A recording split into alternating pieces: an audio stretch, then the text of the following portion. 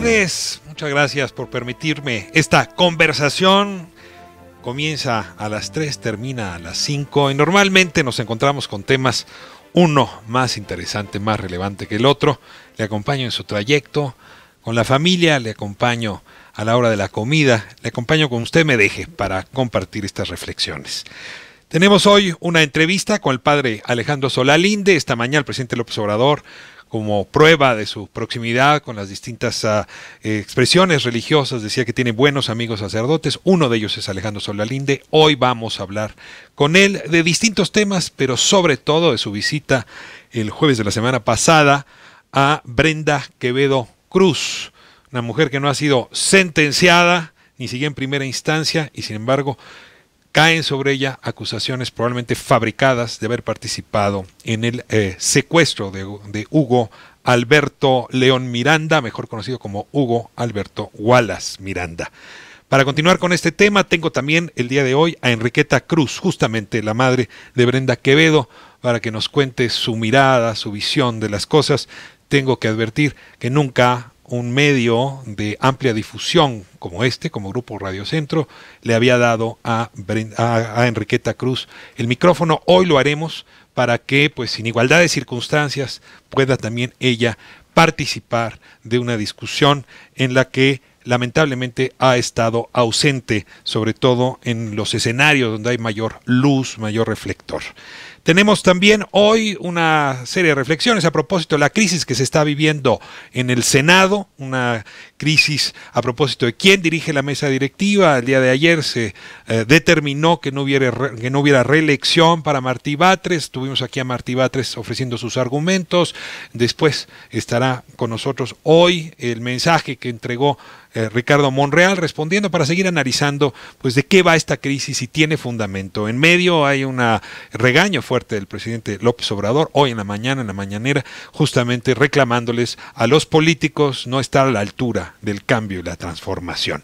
Le hemos pedido también a Dulce María Lara que venga con nosotros. Ella forma parte de la red de mujeres políticamente incorrectas. Hay varias preguntas que hacerle, pero en concreto me gustaría que reaccionara a esta definición que dio la cantante Yuri cuando dice: yo no soy feminista, no me gusta ser perra, como si feminismo y ser perro fuesen sinónimos.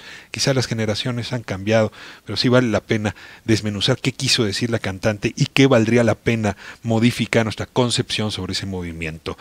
Jonathan Vázquez, especialista en movilidad, nos hablará justamente de la libre movilidad en la ciudad y las mujeres. Y tenemos hoy también al cónsul general de México en San Diego, a Carlos González Gutiérrez. Arrancamos con el editorial.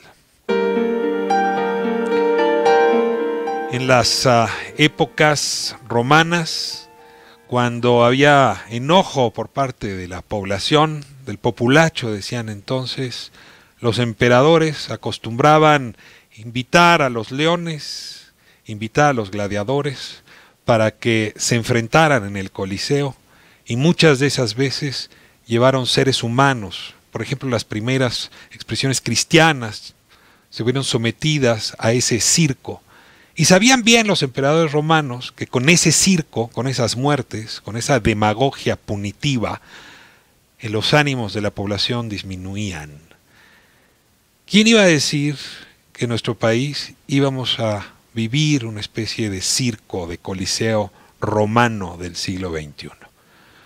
Con el incremento de la violencia que empezamos a presenciar a partir de los años 2007 en adelante, hubo una enorme necesidad de parte del gobierno de tranquilizar los ánimos, de aplacar los ánimos de la población. Y en efecto llamaron a los gladiadores, podemos llamar los agentes judiciales, los agentes del asiedo. Esos son los gladiadores del tiempo moderno. Llamaron a los leones, fuerzas oscuras que torturan, que destrozan vidas. Y también llevaron pues a los, déjeme llamarlo así, modernos cristianos, es decir, a quién echarle la culpa de lo que estaba ocurriendo. La inmensa cantidad de personas a quienes se les ha fabricado la culpabilidad en nuestro país, con tal de aplacar los ánimos vengativos de la población, despertados, hay que decirlo, por la violencia creciente, son o suman un número increíble. Si usted acude a las prisiones mexicanas, va a encontrar, lo decía yo la semana pasada, que la enorme mayoría de las personas que están encerradas son jóvenes entre 18 y 24 años, que no pudieron terminar el sexto de primaria por situación económica, que sufrieron el abandono del padre y quizá también de la madre, en efecto, que son la parte más sensible de la vulnerabilidad de nuestra sociedad. Y claro, es fácil para el MP, es fácil para el policía fabricarles una culpabilidad y con eso llenar las cárceles y luego decir, hemos sometido a proceso penal a tantos millones, a tantas miles de personas. Con el tiempo nos hemos enterado de una enorme cantidad de fabricación de culpables, pero quizá los más alarmantes son los que se produjeron al amparo de este régimen especial que se utiliza para combatir la delincuencia organizada, que es un régimen similar al que se tiene en Estados Unidos y en otros países para perseguir al terrorismo.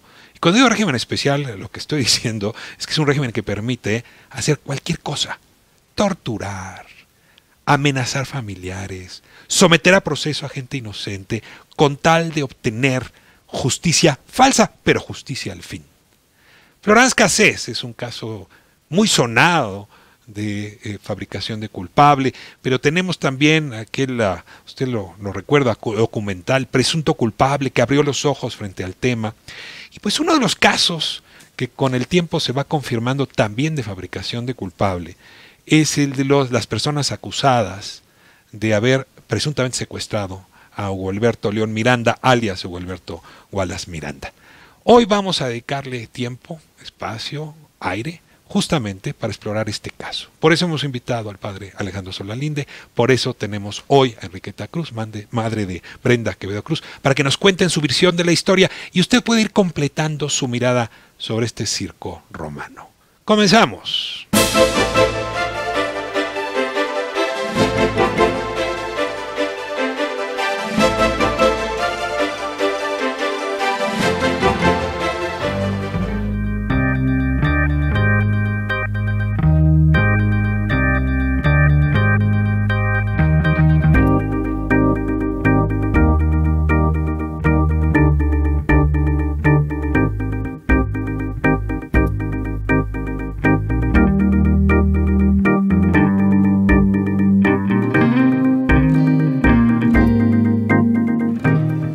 Abrimos la conversación, lo prometí, tengo conmigo al padre Alejandro Solalinde. Alejandro, no sabe qué gusto me da tener a una persona a la que respeto tanto en este espacio y sobre todo que la audiencia de Radio Centro de 97.7 pueda beneficiarse de sus reflexiones. Muchas gracias, me encuentro muy feliz en su espacio.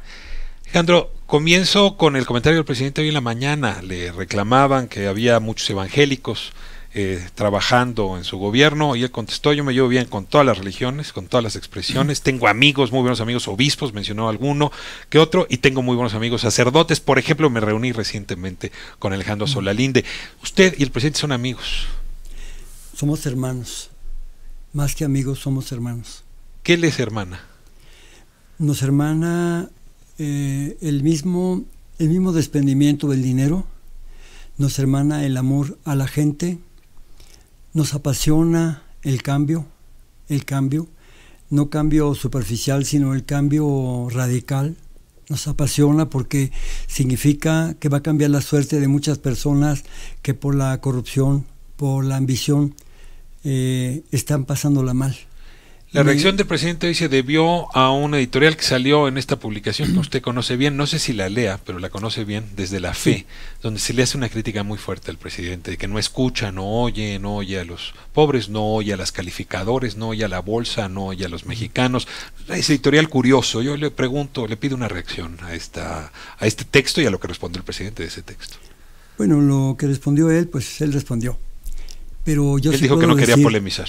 No quiere polémicas, pero yo como sacerdote, yo sí puedo responder. Y puedo decir que nuestra jerarquía en general, nuestra Iglesia Católica, a pesar de que los obispos son personas decentes, son personas buenas, pero no están formados, no están preparados para responder este tiempo. Ellos siguen la inercia de estructuras antiguas, que mismo el Vaticano nos invitó a superarlas, pero que Aparecida Brasil, la Quinta Conferencia Episcopal Latinoamericana, nos pidió que superáramos eso. Sin embargo, no lo hemos hecho, la gente ni siquiera conoce qué son esa dinámica, ese contenido de la Quinta Conferencia Episcopal Latinoamericana.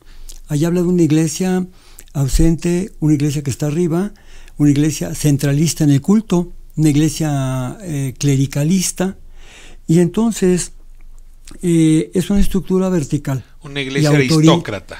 Y autoritaria. Exacto, también aristócrata porque ha estado todo el tiempo viviendo los privilegios de los partidos anteriores, sobre todo del PAN, del PRI. ¿Una iglesia fifí? Sí, bueno, a mí no me gusta usar ese término, pero podemos decir favorecida, porque sí lo hemos visto en regímenes anteriores. Entonces yo digo, es una iglesia que está diciendo que no oye el presidente, pero ella no tiene ningún mecanismo de consulta y de diálogo con la gente de abajo. Ella puede atender a los clientes, porque son clientes, así lo dice la Aparecida Brasil, que se acercan al centro que es la parroquia, en cuyo centro es el párroco, y a la diócesis cuyo centro es el obispo. Pero no hay esa dinámica que pide el Papa Francisco de bajar, de salir, una iglesia en salida que va caminando con las víctimas, con la gente, con todos los más desfavorecidos, con los descartados, dice el Papa. Entonces tenemos una iglesia, una jerarquía conservadora, hay que decirlo en México. Ahora, padre, usted se acerca normalmente a los más desfavorecidos, y bueno, Siempre yo no creo que ellos. hay un escalón más vulnerable hoy que el de las y los migrantes centroamericanos. Yo le pregunto si no está viviendo usted una contradicción entre un gobierno que había prometido proteger a los migrantes y ahora, por las presiones de Estados Unidos, un gobierno que tiene que ponerle barreras, y que a la hora de poner barreras puede en efecto estar violando derechos de los migrantes. Su cuerpo debe estar un poco lastimado, digamos, en este jaloneo de objetivos que el país tiene y que no siempre puede acomodar bien. Yo tengo bien claro lo que está pasando. Lo que hace falta es un análisis más de fondo. Por ejemplo, me queda claro que lo central del presidente Andrés Manuel es la transformación, es el cambio radical. Y en esto, lo demás es importante, pero es algo muy complejo, la transición de todo el México desastroso que nos dejaron al México que queremos construir entre todos, sobre todo la sociedad civil. El tema de las personas migrantes se ha visto muy afectado siempre por las presiones de Estados Unidos, pero ahora más con el chantaje, con la presión arancelaria de Donald Trump. Donald Trump es una persona desequilibrada que hay que tratarla con pincitas, ¿verdad? Y entonces, ante todo, no hay que provocarlo porque sí es un daño mayor para los planes de transformación de México. Proteger a los migrantes lo provoca.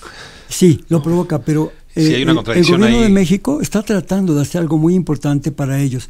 O sea, hay un espacio donde no tiene que ver Donald Trump y donde estamos trabajando precisamente para dar respuesta a los que se van a quedar en México, ¿verdad?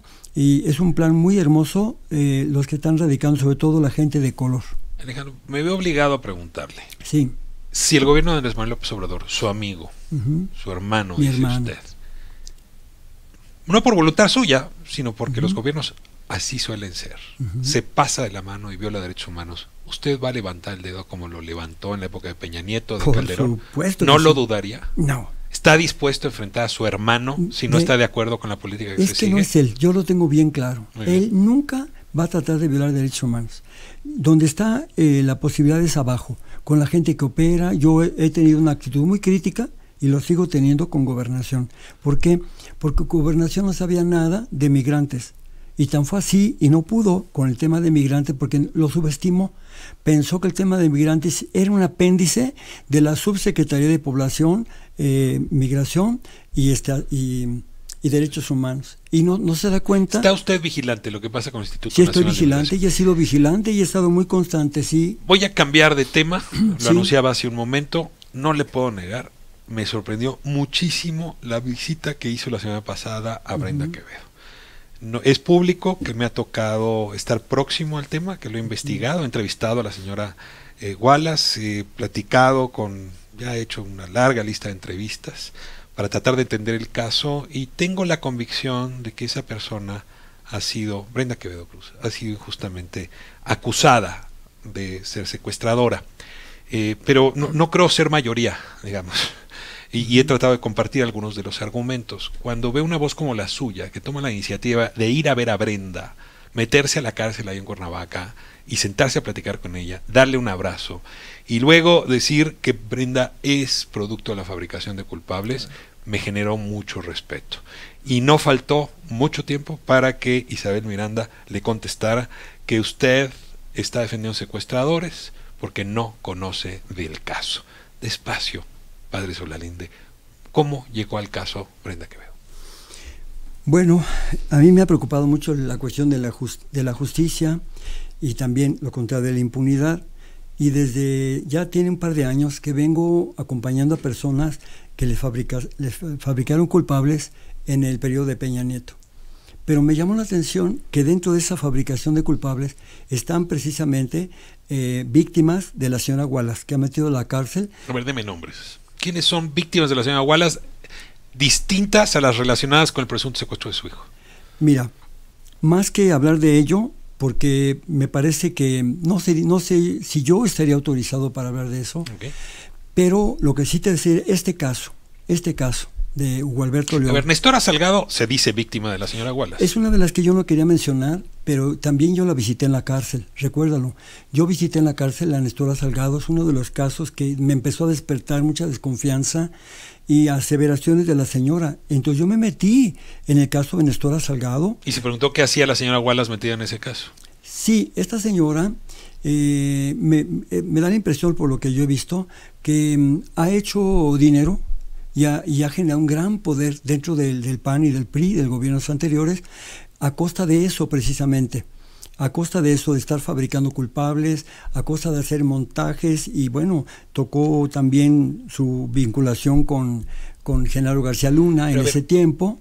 La señora Wallace fue Premio Nacional de Derechos Humanos, sí, pero candidata a jefe de gobierno, es decir, una figura pública muy importante. Y sí, el origen de su fuerza es este papel de justiciera que jugó para encontrar a los presuntos culpables que secuestraron a su hijo. Sí, Brenda exacto. Es uno de esos presuntos culpables. Es uno de los presuntos culpables, pero además es que mucha gente, todavía hay gente que cree en ella. Todavía hay gente que cree que la señora Wallace es una defensora de derechos humanos. Bien. Y en realidad están apareciendo muchas cosas que yo en este momento espero, porque hay denuncias contra ella, espero que todo esto salga, ¿verdad? Y que se haga justicia. Que se vea primero la injusticia que cometió, porque ella misma, según testigos, presenció torturas dentro de las cárceles. Ella entraba y presenciaba tortura. Entonces, según testimonios de lo que he estado viendo, y conste que no he mencionado a Nestora Salgado, yo no quería mencionar ninguno de esos casos, pero en este caso platiqué con Brenda, y no solo por ella, ya ¿quién le otros puso casos. Suerte el caso de Brenda? ¿Cómo, perdón? Hay un padre Román que le habló primero del caso de Brenda. El padre Román fue el que me notificó. Cuando yo estaba en Alemania, fue el primero que se comunicó conmigo, me empezó a hablar, un sacerdote que ya falleció, pero toda una autoridad moral, me empezó a hablar de ella y me interesó. Vine a México, me puse al tanto, empecé a ver muchos expedientes, empezar a ver papeles, y me di cuenta de verdad que había una gran injusticia, sobre todo porque, vamos, ni siquiera está aprobada la muerte de Hugo Alberto León, exactamente, Wallace. No, Wallace. No, ese es el Hugo Alberto León Miranda, así se le registró Hugo Alberto León Miranda. Ni siquiera hay pruebas de nada. O sea, nunca se encontró el cuerpo, nunca se encontró nada. Hay una de irregularidades que solamente se explica con la corrupción de la PGR como estaba, con la colusión del gobierno de Peña Nieto y, claro, por supuesto, también de Felipe Calderón. ¿Usted le tocó tratar con Santiago Vasconcelos? No me tocó tratar él con es él. Justamente quien está al frente del asido cuando se arma este expediente. Mira, y esto nos llevaría incluso a suponer que desde la época de finales de Fox se inicia esta suerte como de política punitiva, decía yo, circo romano, donde se empiezan a fabricar pruebas con tal de encontrar culpables y ganar notoriedad en la prensa y en la opinión pública y poder. Esto sobre todo en tiempo de Calderón, en tiempo de Genaro García Luna. Esto es claro. A ver, déjeme escuchar su impresión de Brenda. ¿Cómo es? ¿Quién es? ¿Qué edad tiene? Brenda es una ¿Qué mujer... dice sus ojos? ¿Qué dice sus palabras? Sí. ¿Hay una secuestradora allá adentro? No, no, para nada. No, es una mujer muy equilibrada. Ella se sabe completamente víctima de esto. No ha querido nunca aceptar su culpabilidad a pesar de las torturas, de tantas violaciones que sufrió y todo. 2 veces escenas de tortura terribles, una en la Ciudad de México y la otra en las Islas Marías. En las Islas Marías. Y ella le ha ayudado mucho su fe. Tiene una fe inquebrantable. Claro, no es de plástico, llora, sufre mucho. Y yo digo, esta mujer sabe lo que dice. Ella le pregunté yo a ella, Brenda, cuando tú salgas de aquí, ¿qué vas a hacer? Me interesa mucho. Y me dijo, yo quiero hacer algo para todas las personas que han sufrido lo mismo que yo, esa fabricación de culpable. Yo quiero hacer algo por ellos. No sé qué voy a hacer, pero quisiera ayudar a la gente para que no sufran lo que yo he sufrido durante 12 años. Es que hay que decir que Brenda tiene pues recursos, déjame llamarlos así, intelectuales. Espirituales. Y espirituales. Brenda estudió la licenciatura en comunicaciones. Sí. Trabajó para Clio, es decir, para la empresa de Enrique Krause. Claro. Y ahí se inició como investigadora. Luego trabajó para Televisa, ¿no? Luego vivió un par de años en Inglaterra y cuando regresó se enamoró de un muchacho que acabó siendo Jacobo Tagle. Y esa relación es lo único que la vincula a todo el resto de las acusaciones que ha tenido. Ella es ajena a todo.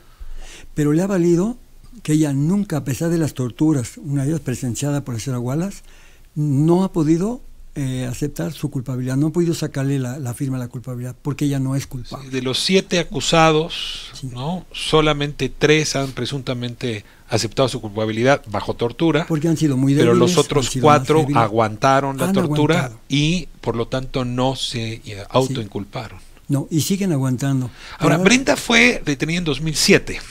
Estamos en 2019, hace 12 años. 12 años ya. Y no ha recibido sentencia siquiera en primera instancia, Alejandro. ¿Cómo es posible? No, todo es una irregularidad. No hay nada. Todo es una irregularidad en su proceso. Es una irregularidad. Por eso está claro que ahora yo espero que el nuevo sistema de justicia en México sea honesto, no como el anterior, y que pueda hacer un trabajo limpio y que a Brenda la liberen, ¿verdad? Obviamente es injusto que ella esté pagando algo que no hizo. Ahora, ¿qué hacemos? Voy en un momento más a entrevistar a Enriqueta Cruz, justamente la madre de Brenda, para que nos profundice el caso y la audiencia pueda entenderlo mejor, escucharlo mejor, por primera vez con un nivel de audiencia como el que hoy tenemos aquí. Pero déjeme escalar un poco la discusión. ¿Qué vamos a hacer con la enorme cantidad de fabricación de culpables que existe? O sea, este es un caso que a fin de cuentas tiene reflectores ya. Sí. Pero, padre, usted y yo hemos estado en las cárceles. La enorme, por lo menos la mitad de las personas que están ahí están ahí por delitos fabricados. Sí, la mitad, uno llega a la cárcel y le pregunta a los custodios y dice, a ver, aquí la mitad son inocentes, no se haga bolas. ¿Qué vamos a hacer con esas huestes de personas que se arrojaron al circo romano? Porque en su momento lo que se quería era apaciguar, ¿no? La violencia crecía y había que probar que el gobierno estaba haciendo algo. Dar resultados. Se trataba de dar resultados. Y quiero aclarar que para quien no lo está viendo en YouTube, que hace usted comillas, ¿no? O sea, resultados supuestos, ¿no? No está usted en la tele. Este año, más de 152 personas estuvimos con Alejandro Encinas para presentarle tantas personas que son víctimas como ella de fabricación de culpables. Y entre ellas están las víctimas de la señora Wallace. Por eso digo, yo espero que esto se resuelva. Ahorita entiendo que la Fiscalía tiene papas calientes muy importantes que responder, pero tendrá que darse tarde o temprano respuesta a esto, liberar a Brenda. ¿Por qué la Fiscalía? A ver, les toca al juez, ¿no? Es decir, digo, esto ya está en manos de la Defensoría de Oficio, porque además hay que decir que Brenda y ninguno de los inculpados tiene abogados, ¿no? O sea, son los defensores de oficio quienes llevan este caso, y los jueces, ¿no? Eso me preocupa más. O sea, no está en manos de la Fiscalía. Yo creo que hay una mentira en medio. Fíjate, eso me preocupa más, porque podemos ver muchos jueces que, bueno, unos que son honestos, pero otros que son bien corruptos, que han estado al servicio de la oligarquía, que los amparos que han puesto son una prueba de ello. Eso sí preocupa, porque si son jueces honestos, de veras objetivos, que vean simplemente las irregularidades en el proceso, van a actuar bien, pero si no, hay que temblar. Oiga, padre Solende, pero ¿no le parece a usted que si uno arroja reflectores, todos nos volvemos honestos? O sea, bajo la lluvia de luz, uno es bien honesto. en la opacidad, ¿no? En la política de salón, en la oscuridad, pues en efecto los jueces pudieron haberse comportado como les dio la gana. O como les dio la gana, así con la dinero. lana. Pero a ver, su presencia en esto no ayudará al arrojar mayor luz. ¿Le contó al presidente López Obrador que lo vio de este caso? No. ¿No ha hablado de este tema con él? No, yo no puedo hablar con él de todos los casos que hay. Hay muchísimos. Este no lo merece. No lo merece, como no, es importantísimo. Porque a ver, yo veo casos emblemáticos, no veo a Ayotzinapa como caso emblemático, se lo quiero decir con franqueza. Pero yo creo que de la fabricación de culpables, y la verdad, en casos como el de el falso Gualberto Wallace, porque hay que decirlo, el verdadero es Gualberto León. De la mentirosa señora Wallace. Se vuelven relevantes.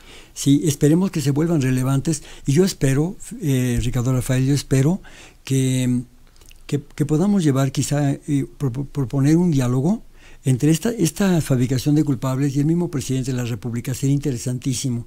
Lo voy a proponer, ojalá que se pueda, y que se escuche de verdad estas voces de personas que da tanto dolor ver a sus familiares en la cárcel. Los expedientes de todas estas personas, además casi todas juzgadas por el sistema anterior, a ver, nada más, en el caso de Wallace son 72 tomos. O sea, leer eso es una bestialidad. Imagínense si sumamos todos los tomos de todas las personas que han sido culpadas por fabricación de delitos. Debería haber un órgano, una comisión que se hiciera cargo de desahogar. Pues es muy buena iniciativa. Yo pienso que ojalá el Estado pudiera tomarla, no sé a quién correspondería de todos, pero será muy oportuno, muy pertinente hacerlo. Pues yo no sabe cuánto le agradezco, uno, que se acerque a los desposeídos, a los descartados. Dos, que se haya acercado a Brenda, y tres, que haya venido hoy a contarnos su mirada de las cosas. Supongo que enojará a más de uno o más de una lo que usted acaba de hacer. Yo celebro que le esté dando voz a quien no la había tenido hasta ahora. Y lo voy a seguir haciendo, y a los que no estén de acuerdo, que se pongan a investigar, que se pongan a ver las cosas y que se pongan del lado de las víctimas. Y que definan si uno es victimario o víctima del Coliseo Romano. Estoy de acuerdo. Muchísimas gracias, padre Solalinde. Vamos a corte, de vuelta tengo a Enriqueta Cruz, madre de Brenda Quevedo Cruz, para seguir hablando de este caso. Ricardo Rafael.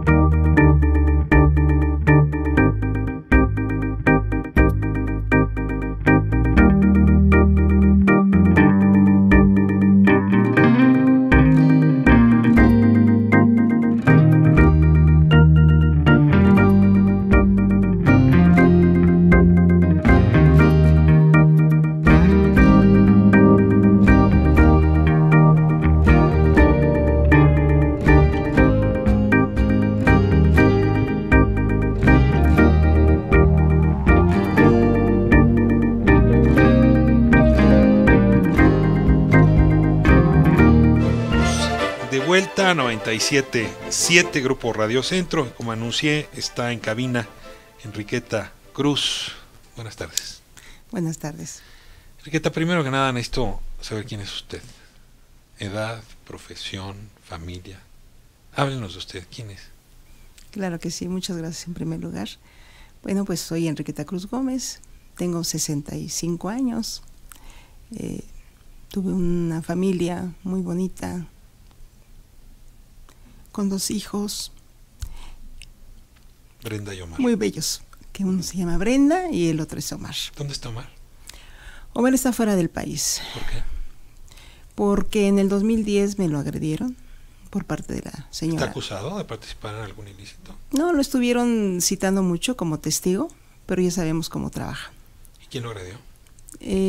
Los guardaespaldas de la señora. ¿De qué señora? Wallace, de la señora Isabel Miranda de Wallace. Por eso lo envió a vivir fuera. Sí, imagínense. ¿Cuántos nada años más. lleva Omar fuera? 10 años. Ya va para 11 años fuera. De su otra hija hablábamos hace un momento. ¿Quién es Brenda Quevedo? Así es. ¿Quién es Brenda Quevedo? Brenda Quevedo Cruz es una niña muy deseada. Ella siempre fue una niña muy dulce, muy alegre. ¿Cuántos años tiene Brenda? Ya Brenda va a cumplir 39 años. ¿Cuánto tiempo lleva encerrada? 12 años. Se le han quitado sus años. Los mejores años de su vida. Ojalá y los mejores vengan todavía. Pero Ojalá. son años muy importantes entre los 30 y los 40. Así es. Sí, le duele mucho a ella. Su reloj biológico como mujer, como profesional, como muchas cosas. ¿Perdió la oportunidad de tener hijos? Pues ya 39 años ya es difícil, ¿no? ¿Tiene usted una profesión que tuvo que dejar?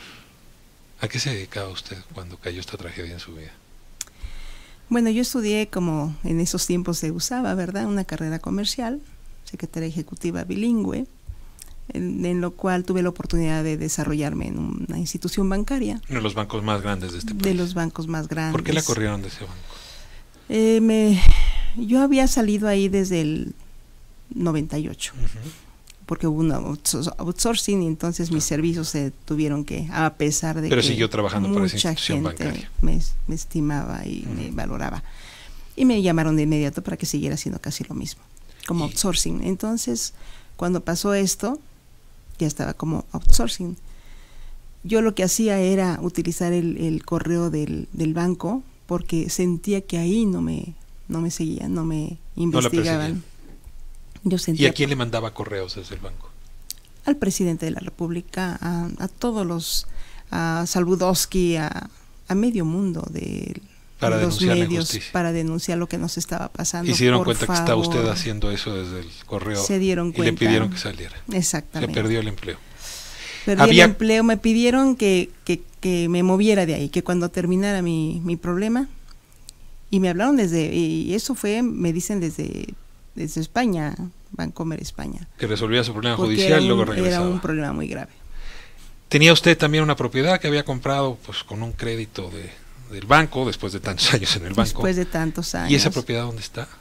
No, pues de inmediato, así como vi cómo fue la noticia, donde decían que mi casa era la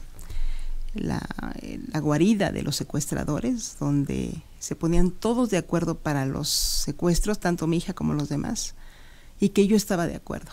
Que usted era cómplice. Que yo era cómplice, imagínense nada más. ¿Y qué hizo con esa casa? De inmediato pues hasta la malbaraté, porque dije, esto me lo van a quitar pero a la de ya, yo necesito, aunque sea algo. ¿Sufrió usted también diabetes? Sí. ¿Este hecho le provocó diabetes? Sí, claro. Y eso me di cuenta como a los 4 años, que me sentía mal, me tomaron nunca me imaginé, me tomaron por casualidad. ¿De qué está concretamente acusada Brenda? Perdóneme que le pregunte lo obvio, No, pero sí, sabemos claro. que dicen que es una de las secuestradoras de Hugo León Miranda, pero a ver, concretamente, ¿qué la señala como presunta responsable de este hecho?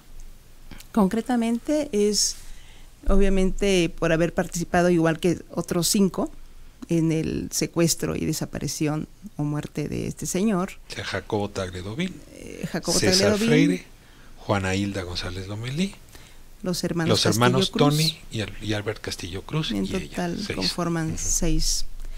Y es muy, muy lógico, porque en uno de los cateos, de los primeros cateos, quitan muchas fotografías de Juana Hilda, que deducimos que de ahí fue, del departamento, donde hay una fotografía que todos fueron al Chalma.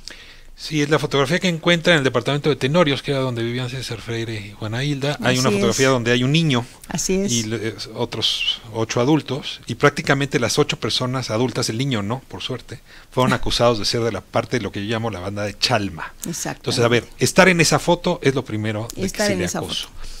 Segundo, hay un testimonio de Juana Hilda González Lomelí, que no ratificó, por cierto, autoinculpatorio, donde señala a Brenda de haber sido quien tomó las fotografías del cuerpo de Hugo Alberto. Así es. Y luego de haber limpiado esa fotografía en una computadora que estaba en casa de usted, ella no vivía con usted, entiendo. No. Y también se le acusa de haber llevado pues los reclamos de recompensa a la oficina de Showcase, que es esta compañía muy grande de publicidad exterior que tiene la señora Wallace. Esas son las acusaciones. Yo quisiera que habláramos de una por una. La acusación que hace Juana Hilda, que la culpa al mismo tiempo que se inculpa. ¿Qué tan verídica es? ¿Qué dice la defensa? ¿Qué dicen ustedes de esa acusación? No, pues totalmente negativo. No, para nada. Eso fue totalmente fabricado. Ellos se llevaron el CPU de mi casa, lo cual pues lo tomé como normal para que investigaran. ¿Era el CPU de su computadora o de la computadora de Brenda? No, de mi computadora. Bueno, la computadora yo le llamaba de la casa. Porque ¿Hace cuánto Brenda no vivía con usted? Ya tendría como un año más o menos. Entonces, bueno, pues sí iba a vernos, iba a hacer algo. ¿Y usaba esa computadora? A veces, sí. Esa computadora prácticamente la compré cuando yo estaba en la universidad. Y por eso tenía Showcase, para arreglar las fotografías. El Adobe. Así es. Entonces todavía le agregué más programas para su carrera de Brenda, que era todo lo que es ciencias de la comunicación. Pero a ver, déjame ir despacio. Juana Hilda dice que Brenda y ella participaron esa noche en el operativo de secuestro. ¿Qué opinión tiene la defensa, su defensa, de esa declaración de Juana Hilda? No, pues totalmente nada. O sea, no. ¿Cómo la obtuvieron? No se comprueba con nada, porque no haciendo todas las periciales, tanto de honorarios como de todo lo que dicen que hicieron, no concuerda nada. Todo está totalmente fabricado. ¿No ratificó Juana Hilda esa declaración? No la ratificó. ¿Y cómo la hicieron que la llevara a cabo? Bueno, pues por medio de amenazas de... Años después, yo diría periodista, pero sí bloguero español, y Piña Doña, entrevistó a Juana Hilda, y ahí sí. Juana Hilda, en esa entrevista que yo he leído, Juana Hilda dice que la torturaron para obtener esa información, que incluso la pudieron haber drogado en algún momento. Sí, así es. Y al día siguiente, está confirmado, sufrió un accidente terrible de automóvil en lo que la trasladaban del Asiedo al lugar donde la tenían arraigada. Así es. Esa es la prueba principal del caso. No me voy a detener ahora en analizarla más, pero de esa prueba se deriva entonces un cateo en casa de usted. Así es. Y entonces se meten a su casa y ahí es donde toman esta computadora. Eso habrá sido que febrero de 2006, marzo. El 26 de febrero del 2006. Muy bien. Tiempo después, y esta es la segunda acusación, aparece la fotografía que supuestamente se usó para pedir recompensa en esa computadora. ¿Cuánto tiempo después apareció esa fotografía? 7 meses. 1 año, 7 meses. 1 año, 7 meses. O sea, no abrieron la computadora, revisaron qué archivos y luego presentaron las pruebas. No. Está 1 año, 7 meses después. 1 año, 7 meses. Ahora, yo tengo aquí un peritaje. Se hicieron muchos, ¿eh? Desde luego están los peritajes del lado de la señora Wallace, los peritajes que hizo la defensa, pero... por ejemplo, dice un perito del 10 de agosto y 9 y 22 de octubre de 2008, técnicamente no existe un parámetro que nos permita determinar cuándo fueron creados esos archivos. No se cuenta con los elementos para determinar el origen de dichas imágenes, lo cual lleva a suponer, porque estuvo 1 año, 7 meses muerto, digamos guardado ese CPU, que pudieron haber sido sembradas. Así es. Ese es el argumento de ustedes. Ese es el argumento, claro que sí. Dicen que ella tomó las fotografías con un teléfono. Un teléfono de 1 píxel. ¿no? Ellos entonces, ese modelo, bueno, nada más se veía una sombra. O sea, se hicieron varios peritajes, Hay que pensar varias que eran pruebas. los telefonitos Motorola que no tomaban casi nada. Nada. Y sin embargo, la fotografía de la recompensa es una fotografía Exacto. de varios píxeles. Pero dicen que porque Brenda había estudiado esa carrera, bueno, tenía... ¿Cuál carrera? Ciencias de la comunicación. Por eso sabía hacer Adobe y Photoshop. Y Déjeme irme a corte y regresamos, seguimos hablando Claro que sí. con Enriqueta Cruz, madre de Brenda Quevedo Cruz.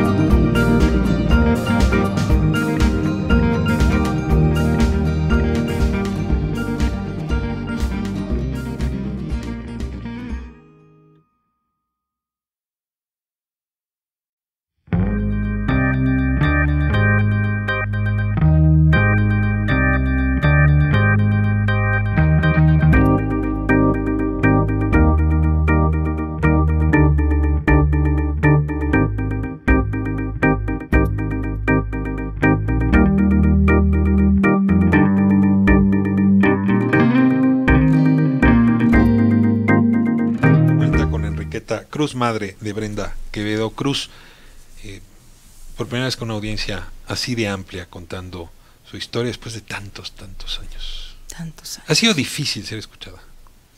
Muy difícil. ¿Por qué? Muy difícil. No, nos cerraron las puertas muchos años. El poder del micrófono de la señora Wallace ha sido muy superior al del resto. Muy superior, muy superior. Una experiencia muy especial que tuvimos en Toluca de rápido, nos dijeron que sí. Eso fue hace como 7 años. Y a la mera hora cuando llegamos nos dijeron que no. Que sí iban a poder darle que una nos entrevista. iban a dar la entrevista y estaba todo listo y de pronto se empezaron a asomar y como que estaban hablando por teléfono y finalmente nos dijeron muy que poderosa para retirarles que el no, micrófono. porque ellos no daban entrevista a familiares de delincuentes, así. Ahora, Brenda no está juzgada ni en primera instancia, así que no se le puede No. llamar todavía delincuente, ¿no? Presunta delincuente, y quién sabe si en realidad algún día pase de ese lugar. A ver, déjeme regresar, Enriqueta. Estábamos hablando de este disco duro que se llevan, que lo mete en una bodega durante 1 año 7 meses, no aparece nada, y 1 año 7 meses después, entonces sí, resulta que ahí estaba esa fotografía. De eso está acusada. Y nuevamente insistía usted, para beneficio del auditorio que acaba de incorporarse, que esa también fue una fabricación. Hay peritajes que así lo ameritan, pero si le falta decir algo, ¿por qué ustedes creen que esa es una fabricación? Este es el momento de decirlo. No, simplemente dicen que con las palabras que encontraron en el CPU, con eso habían armado todo el mensaje para el rescate. Sí. ¿Cómo es posible que porque había una palabra policía, otra hijo, otra? ¿Cómo es posible? Pues mis hijos tenían ahí todas las tareas, canciones, ¿cómo no van a encontrar esas palabras? Una. Y otra, bueno, pues el tiempo, ¿no? El tiempo. Y eso yo lo supe hasta que estaba Brenda en Estados Unidos, cuando empezamos la corte. Déjame ir despacio. Después de que hacen este cateo, entonces aparecen los espectaculares. Yo te rogaría que le contaras al auditorio qué significa eso de ver a tu hija juzgada en espectaculares cuando ni siquiera se ha formulado bien la acusación contra ella. Es decir, la presunción de inocencia como un derecho inexistente. ¿Cómo fue el tema de los espectaculares? Sí, fue un 29 de marzo de ese mismo 2006, que quiere decir que casi un mes del cateo. Empezaron a decir que iban a mostrar a otra que había sido edecán. Decían, ¿a quién se referirán? Pero no sé por qué presentía. Y sí, efectivamente, al otro día, estando en mi trabajo, el teléfono que tenía era como un conmutador, ¿no? Se llenó todo el mundo diciéndome que está saliendo tu hija en el espectacular, ¿Dónde colgaron el espectacular? El primero fue en Niza, ahí en Reforma, enorme. Solo de su rostro, secuestradora. 50,000 pesos de recompensa. 50,000 pesos. Después la justicia por propia mano, pues. Y ahí caímos todos, ¿no? O sea, pues, si estaba el espectacular, ¿por qué no iba a ser cierto? Todavía le creíamos a los espectaculares en esta Así ciudad. es, y no decía presunta, ¿eh? Era secuestradora y asesina, sin un presunto. Bueno, de verdad que si estuviéramos en los... ¿Dónde más pusieron los espectaculares? Lo pusieron ahí en un edificio de 4 pisos, ahí sobre Cuauhtémoc, en toda la pared. Yo una vez iba caminando y veo que todo el mundo estaba volteando a ver. Cuando volteó a ver qué era cerca de la escuela de tu otro hijo. Estaba de Omar. A unas cuadras de la escuela de mi hijo y a unas cuadras de mi casa. O sea, estratégicamente, digo, solamente alguien que tiene espectaculares en toda la ciudad puede decir cerca de casa de la mamá de Brenda, cerca de la escuela de su hermano, en un lugar donde se vea mucho, ya juzgada. En ese momento, Tony Castillo y Albert Castillo empiezan también a ser perseguidos, lo mismo que Jacobo, y detienen a Albert y Tony decide entregarse. Y decir, oye, no fui yo, mi hermano tampoco. ¿Qué le pasa en ese momento a Tony cuando se entrega? No, pues lo que le pasa es que en cuanto se entrega, pues ya no sale. Lo agarran, lo entamban y ya no sale. Incluso está sentenciado él sí ya en primera instancia por andarse entregando. Así es. A ver, ¿en algún momento pensó Brenda a entregarse o esto que pasó con Tony le quitó esa idea de la cabeza? Sí tuvo mucho que ver eso, porque Brenda se iba a entregar. Dijo, yo no debo nada, yo quiero explicar, ¿no? Yo pensando que existía la justicia, pero al darse cuenta de lo que había pasado con Tony, automáticamente se va de la Ciudad de México. No vamos a decir a qué entidad para no señalar a quién la protegió, pero ¿la protegieron? La protegió alguien de amigos, familia. Yo nada más de recordar, solamente les digo que yo abrazaba mi Biblia. Yo decía, me la van a matar. Y mientras para mí era... Se escondió en casa de estos amigos. ¿Y dónde se escondió? ¿En qué parte de la casa? Pues le dieron una recamarita de la parte de arriba. Diario salía su rostro, recuerdo, con Adela Micha. Creo que diario en todo salía Brenda. Hablaban del caso y Brenda. Entonces al oír Brenda eso, dicen que se corría y se metía abajo de la cama. Estaba... Tenía 25 años. Tenía 25 años, sentía que ya llegaban por ella. Y alguien le dice, vete del país, esto no va a tener solución. Sí, definitivamente. Era una cosa espantosa. Y la señora Wallace la acusa de haberse cambiado de identidad. Así es. Pues sí, si supieran lo que padeció Brenda al cruzar ese desierto. Consiguió una identificación falsa. Una identificación falsa, obviamente, y de mojada. Y de mojada, habiendo tenido ella ya todos sus documentos, pero bueno, así tenía fue. visa para Estados Unidos, pero no la usó. Así es.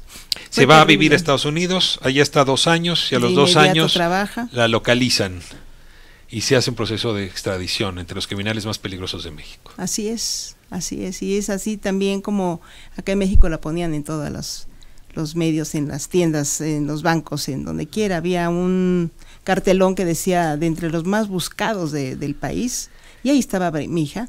Tengo aquí un testimonio de ella, redactado a pluma de ella. Cuando la traen de vuelta, la señora Wallace es quien la recibe. Así poderosa es, ¿no? La recibe en el aeropuerto. Dice, Así y la es. señora me propuso un trato. Si ponía a mi exnovio y a todos los implicados, tendría beneficios. Le contesté que cómo iba a decir algo que no sabía, que yo no haría ningún trato con alguien que me había mandado a golpear que había mandado a golpear a mi hermano y me había difamado de la manera en que lo estaba haciendo. ¿Por qué la señora Wallace podía ofrecerse beneficios si no era Ministerio Público, juez ni nada? Es lo que quisiéramos saber, y por lo que he escuchado también a los demás. De ahí se la llevan a Santa Marta. De ahí se la mandan. Le tocaba a Santa Marta, ya lo había puesto la PGR que la iban a llevar a Santa Marta, pero no, por alguna cosa rara la mandaron hasta a Santiaguito del Estado de México.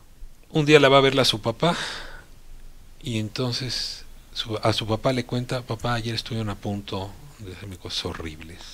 Ese es el primer episodio de tortura. Te ruego que lo compartas con el auditorio. Sí, ese 27 de noviembre del 2009, pues fue como olvidarlo, ¿verdad? Entra una llamada del penal y era mi hija, eran las 10 de la noche. Muerta de miedo, muerta de llanto, diciendo que le habían roto, y se me rompieron la madre, mamá. Un grupo de policías se la llevó a un lugar encerrado. Sí, que tenía una audiencia, y ahí la esperaban 3 hombres encapuchados, donde lo primero que le dijeron, sabes perfectamente de parte de quién venimos, ¿verdad? Te metiste con quien menos te tenías que haber metido. Dijo ella así de la señora Wallace. Efectivamente, le fue muy mal. Un golpe de suerte hace que el episodio de tortura no concluya. Sí, pensamos que las custodias se dieron cuenta y como a la hora y media empezaron a tocarla con los de seguridad. Ahí le dieron toques, ahí la quisieron ahogar con una bolsa. Pero antes sí le dieron todo tipo de... Ya nada más faltaban los toques, creo que los toques no llegaron a eso. Y en ese momento, o pocos días después, cuando ella denuncia esto ante Comisión de Derechos Humanos, se la llevan a las Islas Marías. A ver, hay que aclarar a la audiencia que a las Islas Marías solamente van criminales convictos, o sea, ya sentenciados. Sí, aquí ninguna presunta, ningún en camino de... Se la llevan a las Islas Marías y en realidad ese es el peor escenario, el peor episodio. Ese es el peor. Yo no sé si le puedo pedir a la madre de Brenda que me cuente algo de lo que le pasó a Brenda en esa isla, pero creo que es importante que se sepa. Claro. Sí, pues desde Santiaguito, fue muy fuerte para mí. Yo ya no pude ni respirar, ya tuve que colgar ese día. Lo que pasa es que le habíamos encargado a algunas compañeras que nos dijeran si veían algo raro con Brenda, por lo mismo que por lo que ya había vivido, y es cuando nos avisan que la habían sacado. Temblaba de miedo como un estúpido conejo. Mis nervios ya estaban mal, sabía que todo eso no era para nada bueno. Llegamos por fin a una casa a un lado de un peñasco en obra negra. No había luz. Cuando llegamos eran las 2 de la mañana aproximadamente. Me metieron a la casa en un cuarto donde solo había una cobija pestosa, horrible, y me encerraron. En eso abrieron la puerta y entraron 6 hombres encapuchados, todos con pantalones de mezclilla, una camisa blanca sin mangas y zapatos negros, todos iban iguales. Yo grité, otra vez no, por favor. Uno de ellos me dijo que ahora sí, aunque gritara, nadie me iba a escuchar, que ahora sí había chingado a mi madre. Estuvieron golpeándome y torturándome más de 6 horas, 6 hombres contra una mujer, vendada y amarrada. Así es. Terrible. Terrible, yo sin saber nada, la tenían ahí. Es una logística para poder entrar a islas, Debo decir, por si alguien tiene duda de que este testimonio sea verdadero, que he podido hablar con varios custodios que estaban en las Islas Marías y me han corroborado este testimonio. Se la llevaron a un lugar apartado, hicieron todo esto con Una Brenda, casa en la construcción. obligaban a que firmara la autoconfesión, Así es. nunca se autoinculpó, No, dice, mejor, aguantó. mejor mátenme, pero yo no voy a decir y afirmar nada de algo que yo no hice. Porque no hay esa confesión, no han podido dictarle sentencia. Así es. Ha tenido la entereza para no hacerlo. Mucha interés. Decía el padre Saulelinde con optimismo que las cosas están cambiando. Y pues en los hechos hay una defensora de oficio, porque entiendo que no ha habido manera de pagar un abogado todos estos años. No. Pero hay una defensora de oficio que está preparando el caso a ver si ya dictan sentencia o la liberan o se pueden ir a la siguiente instancia. ¿Confías en que ahora podría ocurrir algo distinto? ¿Podría hacerse justicia? ¿Podría ella hacerse escuchar? Sí confío, sí tengo mucha confianza en Dios. También Brenda. También tenemos los pies en la tierra, pero sí confiamos. Es la primera vez que están dando oportunidad. Simplemente lo que estamos haciendo ahorita en este momento, ¿cuándo se iba? A pesar de que yo les rogaba, ¿no? O sea, tú dirías que esto que está sucediendo hoy es gracias a un cambio de las cambio reglas del juego. De las reglas del juego. En el juego anterior había quien tenía más poder con estos micrófonos. Sí. Siempre me han tenido, la señora sé que tiene una manera de escuchar las conversaciones. Bien, me tenía muy escuchada siempre, así es que siempre iba más allá, ¿no? de lo que yo andaba haciendo. Pero bueno, sí veo mucho cambio. Esperemos Omar, sí. tu hijo, ¿podría volver en estas circunstancias? No, ahorita no. No A todavía. Omar también le arrancaron la juventud. ¿A qué se fue? Tenía 20 años. Hoy Y tiene... ahorita tiene 32. 32, de 20. Lejos de 32. su país. Lejos de su país, lejos de... Ha padecido mucho. Estuvo hasta en la cárcel ahí en Canadá. Perdona que te pregunte esto. ¿Cómo se aguanta tanto? Yo no me imagino ver a mi hija en esa circunstancia, a mi hijo en esa circunstancia, mi salud en esa circunstancia, es decir, aplastada por un sistema como lo vas narrando. ¿Cómo se aguanta? ¿Cómo se sobrevive? Digamos, después de verte y de oírte, me cuesta trabajo pensar que estuvieses metida en el crimen organizado, fueses socia de esto. Sí. ¿Cómo le has hecho? Por el amor de ellos, por el amor a mis hijos. El padre de mis hijos está enfermo. Me pasa algo a mí, ¿y qué van a hacer ellos? Entonces esa fuerza en la que ese amor es el que me ha dado la fuerza. Y diario digo, ¿qué voy a hacer? ¿Y hoy qué voy a hacer? ¿Qué voy a hacer? Y ahí vamos, y con sorpresas como esto. ¿Cada cuándo hablas con Brenda? Cada 8 días. ¿Te dan cuánto tiempo? 10 minutos. Con pájaros en el alambre. Sí, ¿Qué se dice uno cuando tienes solamente 10 minutos para hablar a la semana? En clave. En clave y lo más importante. Pero sí han sido muchas cosas. Pero así he logrado ponerla hasta con una computadora, algo así para que se escuche una media entrevista con alguien. Pero sí ha sido muy difícil. Fue bueno que fuera el padre Solalinde a verla la semana pasada. Sí, estaba emocionada. ¿Cómo tú estabas en el encuentro? Sí. ¿Cómo fue? A ver, descríbelo. Pues se abrazaron mucho. Se abrazaron los dos porque tanto ella lo esperaba como él. Entonces sí se emocionó. A tal grado que volteé a ver a la custodia y estaba llorando la custodia. La encargada de cuidar a Brenda se puso a llorar de la escena. Sí, al ver la escena, sí. Le ayudó mucho a Brenda. Aparte de la señora Wallace, ¿hay alguien que crea que Brenda es culpable? Pues toda su gente que le ha apoyado, ¿no? Todos los del asiedo, todos los... Hay mucha gente que si Brenda fuera inocente tendría que salir a rendir cuentas. Genaro García Luna, sí, claro, ¿no? Santiago Vasconcelos, hay muchos. Bueno, el presidente Calderón incluso, que ha salido a defender este asunto. Es decir, hay mucha gente embarrada en esto. Mucha gente. Yo creo por eso precisamente ¿Tú no crees le dan que más. puede, Brenda? ¿Puedes tú contra todo ese aparato? Pues yo no, pero Dios sí. Es la fe la que te está sacando. La fe. Pues te agradezco muchísimo, que la verdad que hayas compartido este testimonio. Y ruego porque este caso no solamente libere a Brenda y a muchas otras personas que están en su caso. Así es. Sino que diga un punto final o ponga un punto final a esta fabricación de culpables. Tony y Albert jamás se declararon culpables. y están sentenciados en primera instancia a más de 100 años. 96.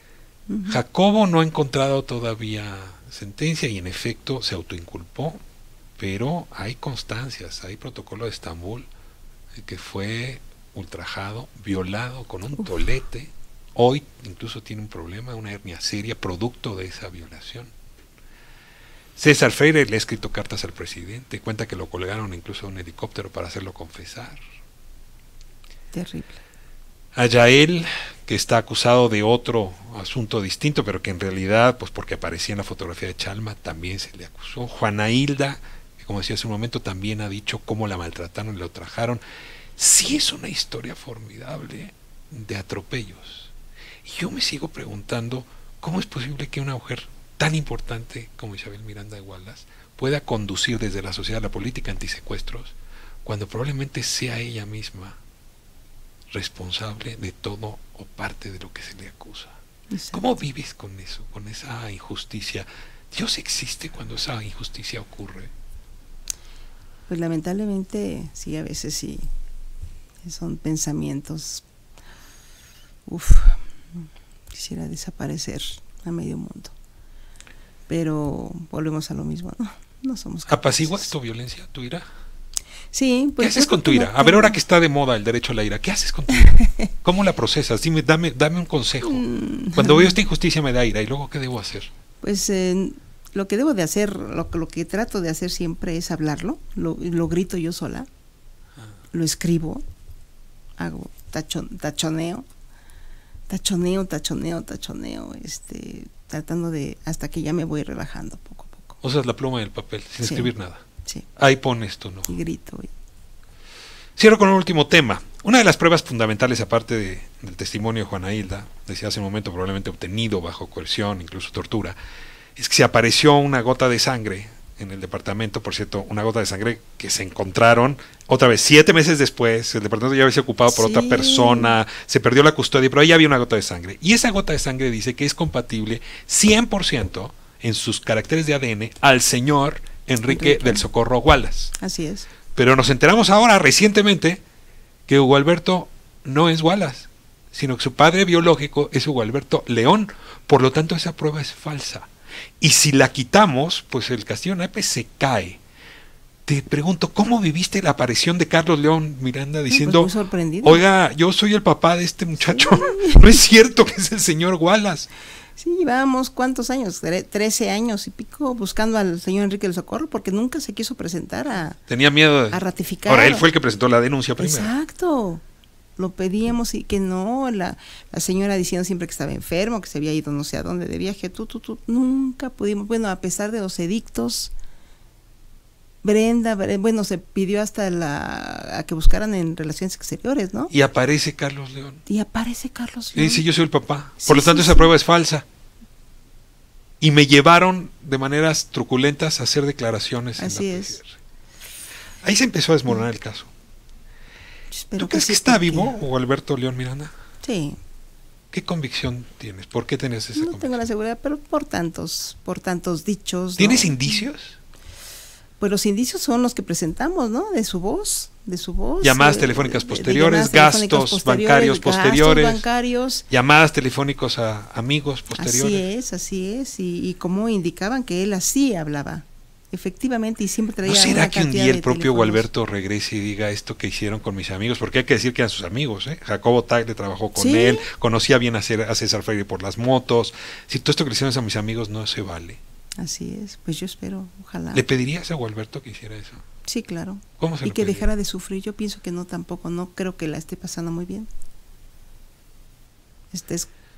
Salto también él está escondiéndose, ¿no?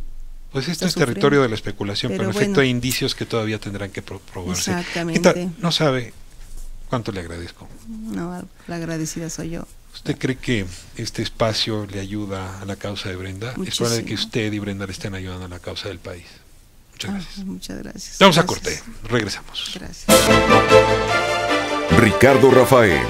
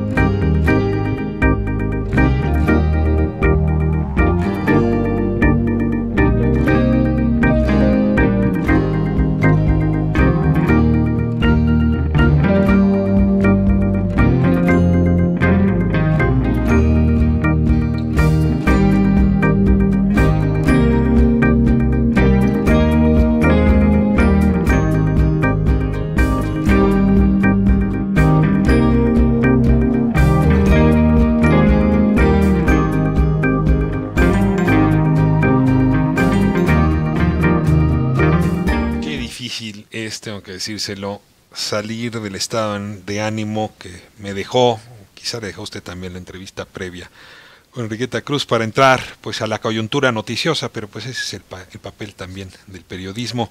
Hay otros temas y hacia ellos nos dirigimos. Esta mañana el presidente Andrés Manuel López Obrador dio un regaño público, yo diría muy duro, contra algunos dirigentes, algunos senadores concretamente, que el día de ayer hicieron un papelón peleándose la presidencia de la mesa directiva. No queda muy claro a quiénes se dirigía. A ver, ¿usted qué opina? Escuchemos la voz del presidente y analizamos. Ya pasó el tiempo en que la política era sinónimo de individualismo, de sacar provecho personal, de estar pensando nada más en intereses personales, por legítimos que fueran. Ya no ayudan quienes solamente piensan en sus intereses personales. El presidente estaba, yo diría, sinceramente molesto esta mañana.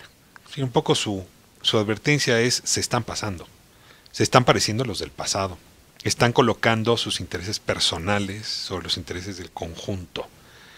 Y claro, pues supongo que los seguidores de Martí Batres decían, se está refiriendo a Ricardo Monreal, y los seguidores de Ricardo Monreal seguramente estaban dirigiéndose a Martí Batres. Ayer escuchamos los argumentos de Martí Batres y los reproduzco rápido. Lo que dice Martí Batres es que no se votó quién debía dirigir la mesa directiva, sino que hubo un voto previo que fue clave, y si debía haber reelección o no.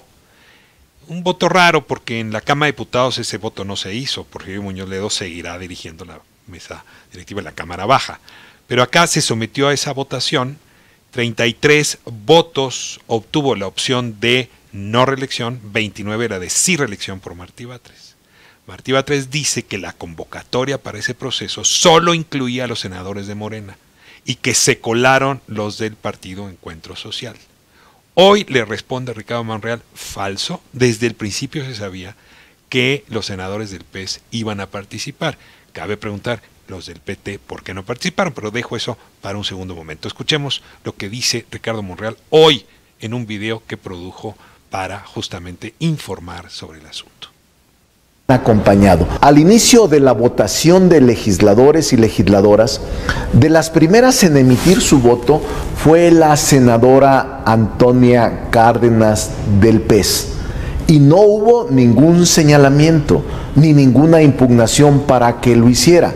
Pero no solo eso, ella declaró públicamente que había acudido como representante de Encuentro Social y que había votado en favor de la permanencia del licenciado Martí Batres, que incluso había decidido reincorporarse al grupo Morena, pero que lo haría hasta septiembre para que tuviera efectos legales. Escuchen lo que dijo.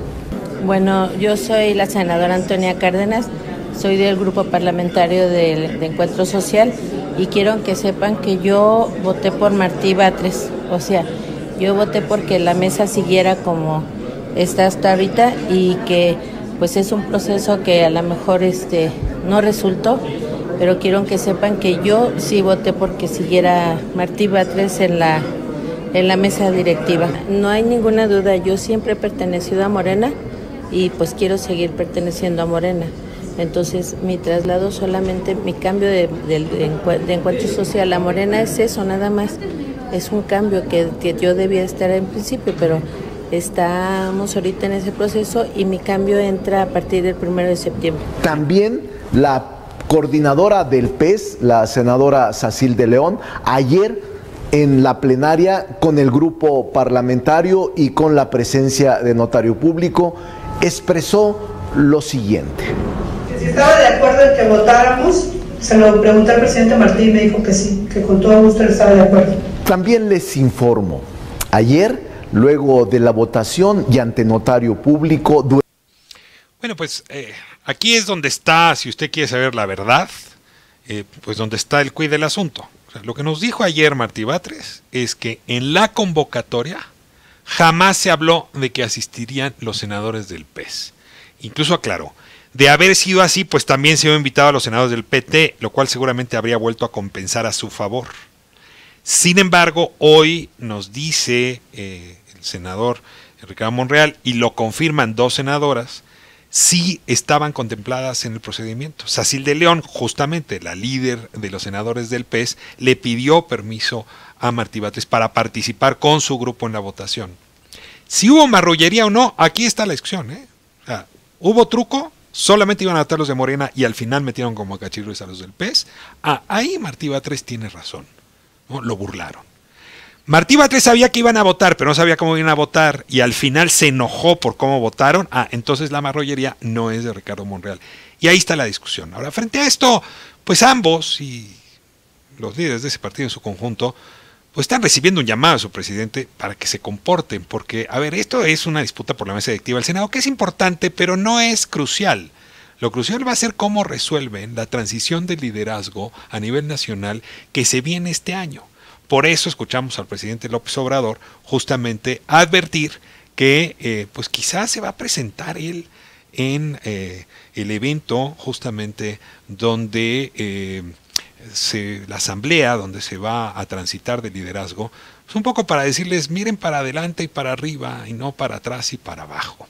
Cierro con Ricardo Monreal y bueno, este es un espacio que recoge todas las voces, no me atrevo en este momento a decir quién tiene la razón, usted es más juez que yo en esto, ayer tuvo una versión, hoy tiene la otra, de eso se trata lo que hacemos aquí a ras de suelo. Escuchemos para cerrar este segmento la intervención que hizo Ricardo Monreal justamente a propósito del papel que él se imagina para sí mismo en este proceso. De México, le pido confíe.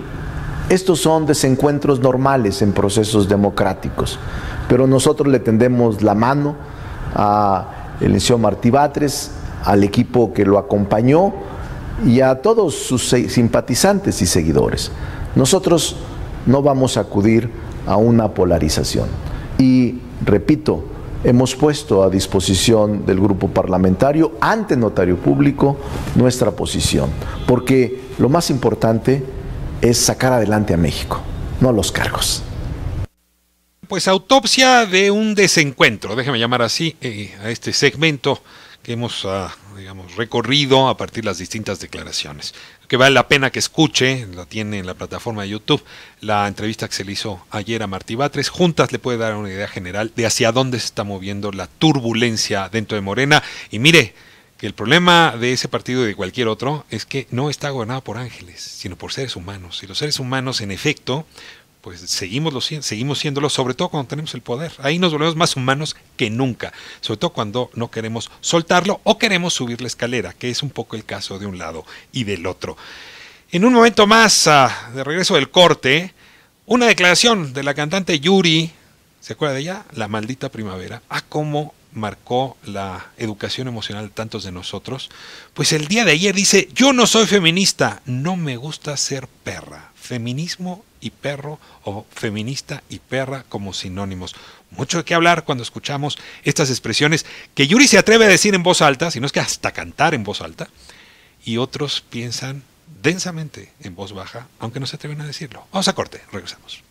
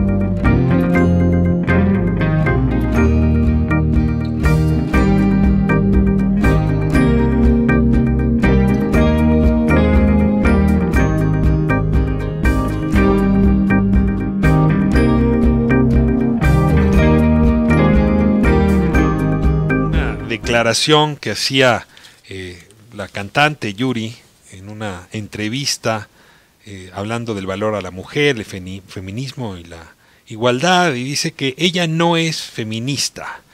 Dice, creo que soy una persona que valora a la mujer, que piensa que las mujeres tienen un valor que nos otorga Dios, pero no somos más ni menos que el hombre. Estamos en condiciones de igualdad, la mujer tiene una función y el hombre tiene una función. Cuando la mujer se mete a hacer función de hombre, fracasa. Y cuando el hombre se mete a hacer función de mujer, fracasa.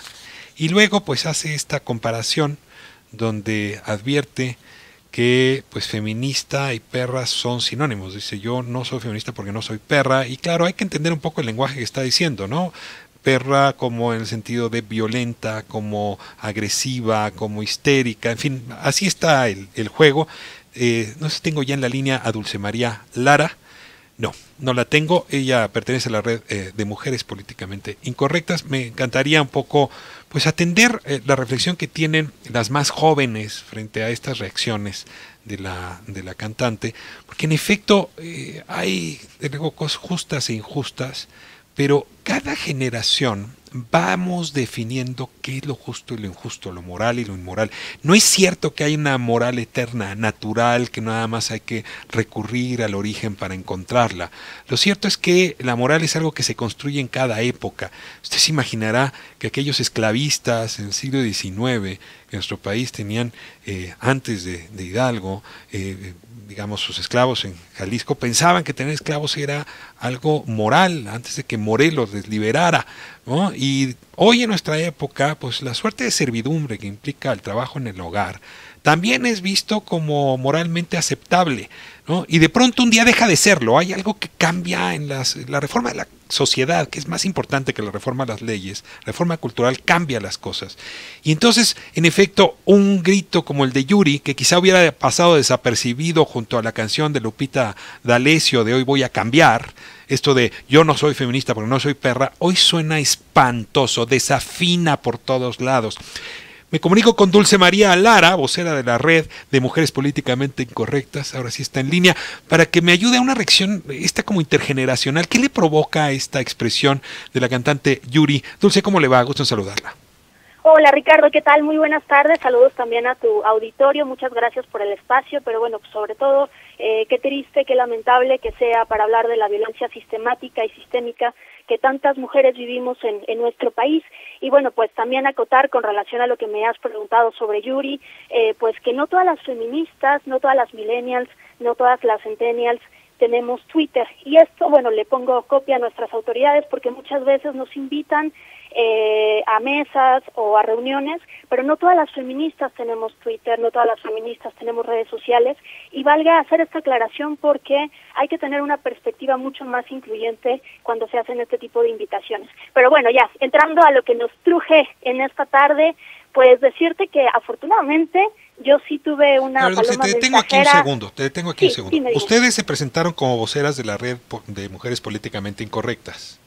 No, nosotras no participamos en el diálogo, ¿a eso te refieres? No, yo leí una nota donde ustedes eran una organización que se llama Red de Mujeres Políticamente Incorrectas. Así es. Y es gracias a esa aparición que ustedes hicieron pública que hoy me pareció una buena idea invitar a una de estas voces a participar en esta mesa. ¿Crees que cometí un error y debí haber buscado a alguien más? No, para nada. Siempre que busques incorrectas, aquí andamos. Y bueno, ¿pero dónde asumes, pero por qué asumes que estoy siendo poco incluyente al llamarte a ti y no a alguien más? No, de ninguna manera, Ricardo, al contrario, lo que dije es, esto hay que ponerle copia a las autoridades, el mensaje sobre la inclusión, hay que tener consideración sobre algunas variantes de raza, algunas variantes también de clase, de condición social, cuando se hacen invitaciones a través de las redes sociales, porque bueno, no todas las feministas lo tienen, no todas las personas, entonces vale mucho la pena que todos los ejercicios de diálogo que se hacen a través de las autoridades sean pues una invitación siempre abierta, siempre incluyente para que las cosas prosperen. Hay que tener una gran incidencia y esa incidencia política solamente se va a poder hacer a través de discusiones. Y bueno, pues me interesa mucho la pregunta que me has hecho. Yo te decía justo que afortunadamente pues esta mañana yo sí pude ver detrás de mi ventana a una paloma mensajera y así que sí me enteré de lo que pasó con Yuri y pues decirte que desde nuestra red, desde Políticamente Incorrectas, como muy bien has dicho, sostenemos que sin feminismo, que sin feminismo vamos a seguir en una maldita primavera que nos hace daño a todas las mujeres, que sin feminismo vamos a seguir en un apagón que constantemente vivimos las mujeres a causa de la violencia, que sin feminismo vamos a seguir apagando las vidas de tantas mujeres, de tantas niñas, de tantas jóvenes, de tantas adultas, de tantas adultas mayores. ¿Por qué crees que una mujer como Yuri hace este símil? Es un símil muy extraño y un poco sí te ruego, porque a ver, Yuri y algunas otras cantantes de los años 80, 90, sí hicieron un parteaguas, ¿eh? Son mujeres que salieron, dijeron con su música y con sus canciones, cosas que no habían dicho las generaciones anteriores, sí rompieron el paradigma. Hay algo de sorpresivo para mí que no hayan acompañado a las generaciones más jóvenes, pero tú eres de esa generación. Ayúdame, ¿qué estás viendo que está haciendo mal esa otra generación que antes actuó? Creo que más que estén haciendo algo mal, efectivamente muchas canciones, muchas obras de teatro, muchas películas, muchas propuestas culturales en donde han participado distintas mujeres han ayudado también a generar revolución, ¿no? A decir a las mujeres es momento de decir ya basta. Entonces no creo que sean formas desafortunadas, cada quien encuentra sus espacios.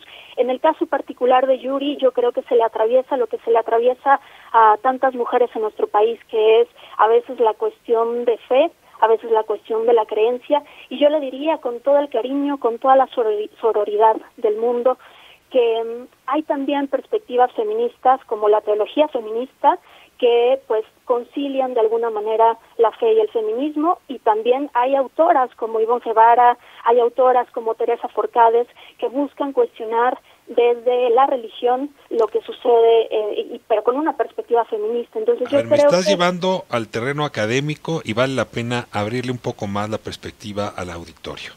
La Iglesia Católica y otras iglesias han estado hablando de la ideología de género. Y dicen que el feminismo es producto de esa ideología de género que asemejan a una actitud fanática, en efecto en ocasiones agresiva y violenta. Y tú dices, bueno, eso dirán algunos, pero incluso desde la teología hay una mirada distinta con respecto al feminismo.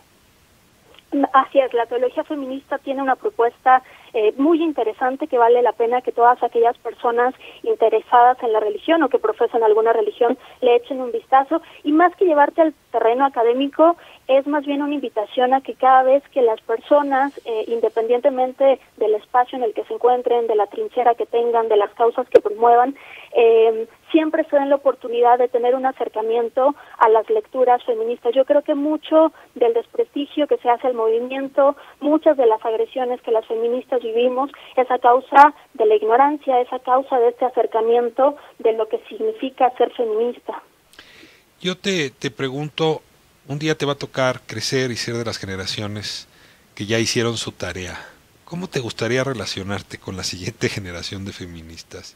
Es decir, ¿qué estás aprendiendo de este desencuentro con la generación de Yuri que podrías tomar nota de decir, esto no lo repitamos?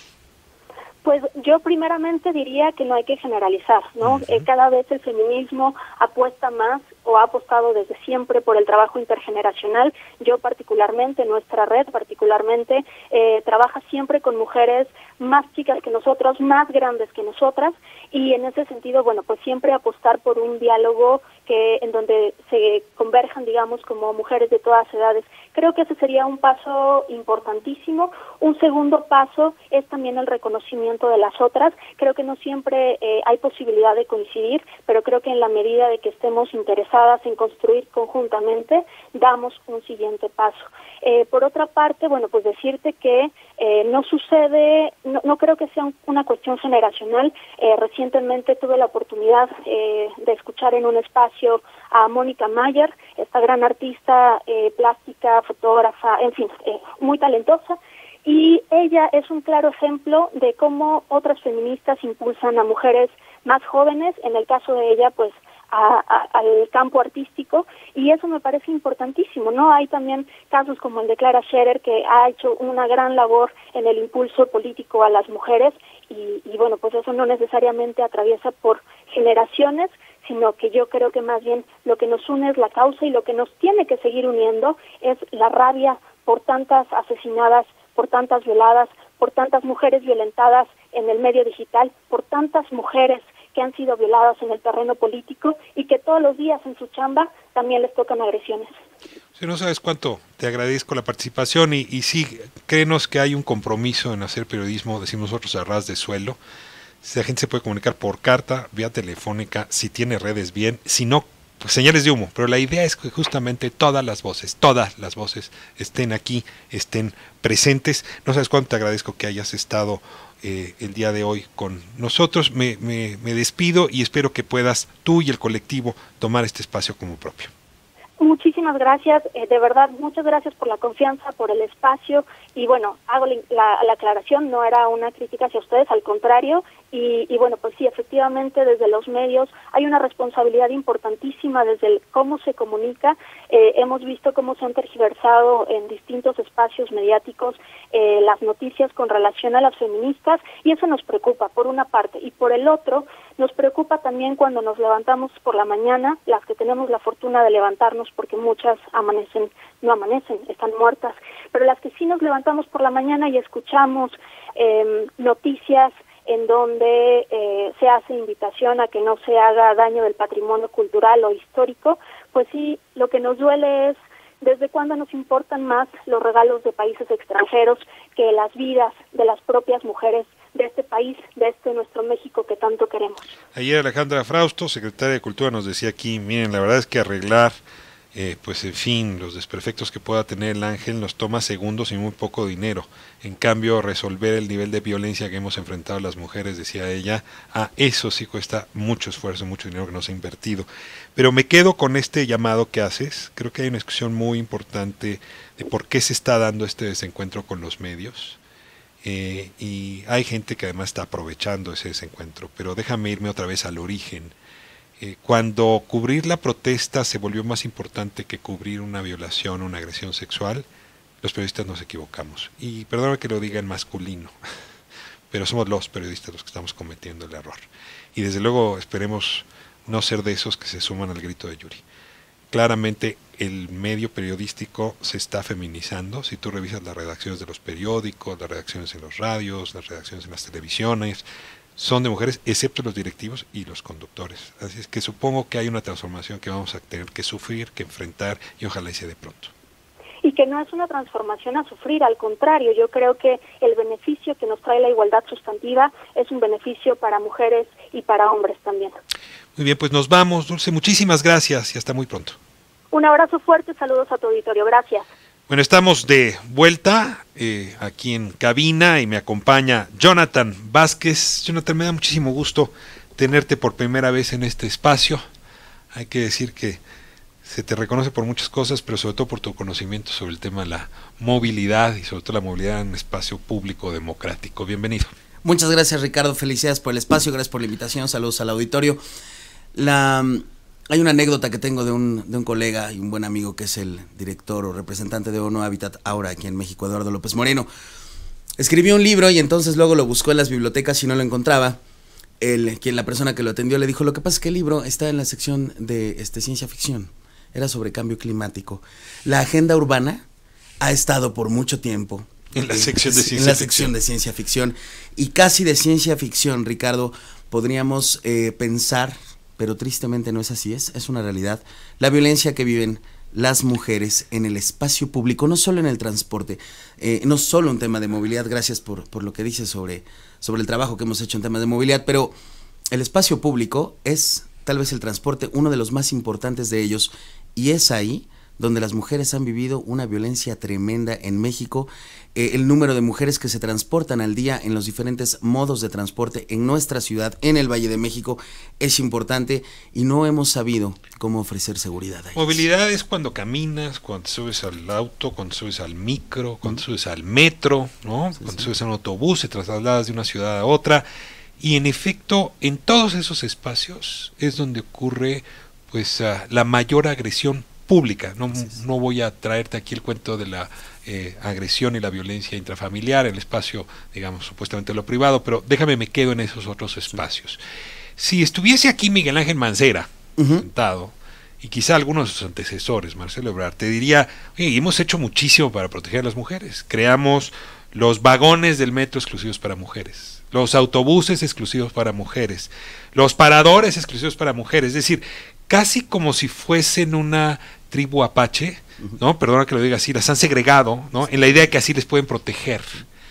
¿Te parece que esa es una buena solución? Es decir, las mujeres se sienten más seguras en el vagón de mujeres, hay suficientes vagones, hay suficientes camiones.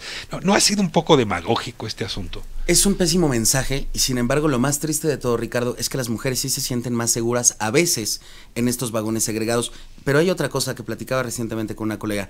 Quienes las protegen en los vagones para mujeres son policías hombres. Entonces, los policías hombres, y lo sabremos por las terribles noticias que hemos escuchado recientemente, pues son también victimarios de las mujeres en el espacio público. Entonces, bueno, la segregación no es un buen mensaje y sin embargo es muy lamentable que las mujeres se sientan... ¿Cuál es un espacio seguro para las mujeres que no sea segregante? ¿Cómo te lo imaginas? ¿Qué experiencia en el mundo nos ofrece elementos interesantes? Compara con otras ciudades, sobre todo parecidas a las nuestras. Pues. Hay un ejercicio que alguna vez se hizo. ¿Qué harían las mujeres si no hubiera hombres en el espacio público? Y entonces utilizarían minifalda, y entonces saldrían de noche, y entonces se vestirían como se les dé la gana, y entonces harían una serie de actividades, salir a correr. Una gran película es la que acabas de poner, Un día sin hombres. ¿No? Entonces, pues es eso. Tengo una amiga que vive en Sao Paulo, me dijo, Jonás, yo viví toda mi vida en la Ciudad de México para ir a correr a los viveros, me ponía, o sea, veía no ponerme un short ni muy corto y una playera no muy pegada. Me dijo, aquí en Sao Paulo eso no ocurre. Entonces, bueno, eso, sin duda las mujeres se sentirían mucho más seguras en un espacio público que no las agrede.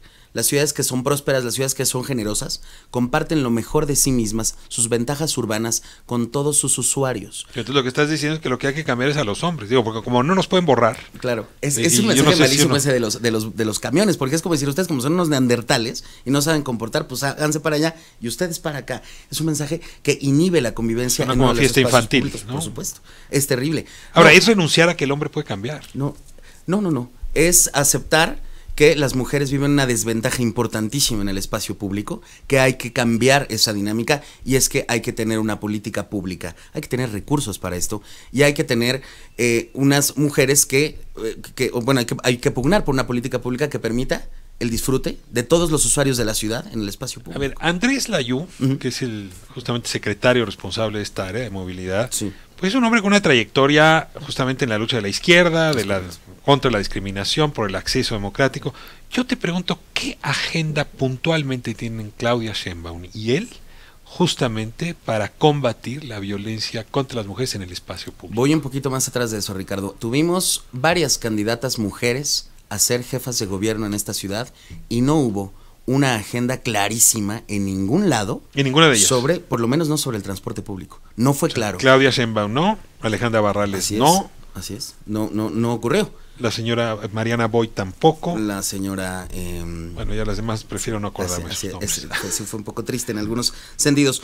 No, recientemente la CEMOVI lanzó una campaña. Ok, a ver, en época de campaña no hubo propuesta. Pero recientemente arranca el gobierno y esta puede ser una de las agendas principales. Sin duda, tendría que serlo. Pero la tiene, o sea, Andrés Layú tiene una propuesta. No ha quedado claro. No ha quedado claro. Lanzaron una campaña recientemente, una colega que trabaja dentro de la CEMOVI, sobre la mitigación de la violencia hacia las mujeres en el transporte público. Uh-huh. Yo me pregunto por qué la conferencia de prensa para presentarla no la encabezó la propia jefa de gobierno. ¿Por qué no la encabezó por lo menos la directora del metro, la doctora Florencia Serranía? Cuando son personas con una trayectoria muy importante. ¿Quién la encabezó? Una chica que trabaja en la CEMOVI. Que la verdad... ¿Tampoco el secretario entonces? No, o sea, el secretario estaba en la mesa. Sí. ¿No? Estaba en la mesa. Pero el mensaje fue de una mujer, ¿no? Que no pongo para nada en duda la calidad de su trabajo. Pero que no tiene la jerarquía, digamos, para darle proyección al proyecto. Ricardo, si tenemos una jefa. ¿Y qué trae? Bueno, mal vocería para presentar, pero ¿qué trae ese programa? Que dígame, de aquí me voy a aferrar. Pues la verdad es que dame esperanza, pues. Yo creo que podemos tener algunas buenas decisiones. Necesitamos recursos, Ricardo, para enfrentar algo así. Necesitamos pensar que la ciudad va a generar una política pública para ayudar a esas, 7.9 de millones de viajes se hacen en la Ciudad de México, los hacen mujeres. El 50.6%, según la encuesta Origen Destino, que generó recientemente la UNAM en el 2018. Las mujeres no solo viajan en circunstancias, o sea, las mujeres se enfrentan al espacio público con desventajas, porque no tienen sueldo. Por ejemplo, las trabajadoras del hogar no tienen un salario, las amas de casa, Ellas no enfrentan el espacio público sin recursos, además. Voy a tener que ir a Sí. corte y te voy a pedir si regresas la semana que entra para que nos des estos datos y seguimos bordando sobre movilidad y género, que me parece que es tema principalísimo, muy relevante del momento. Claro que sí, Ricardo, muchísimas gracias. Y ojalá y este país se mueva en esas direcciones que hoy nos está moviendo, que es de la inclusión y la no segregación. Y por lo tanto la no violencia. Vamos a corte. De vuelta tengo conmigo al cónsul general de México en San Diego, Carlos González Gutiérrez. ¿Cómo va avanzando la protección a nuestros connacionales, a nuestros mexicanos de primera, segunda, tercera generación que tienen del otro lado, pues en efecto, un señor Trump muy vociferante y que ha producido una violencia con su diarrea verbal que tiene hoy consecuencias inimaginables hace algunos años? Vamos a corte, volvemos.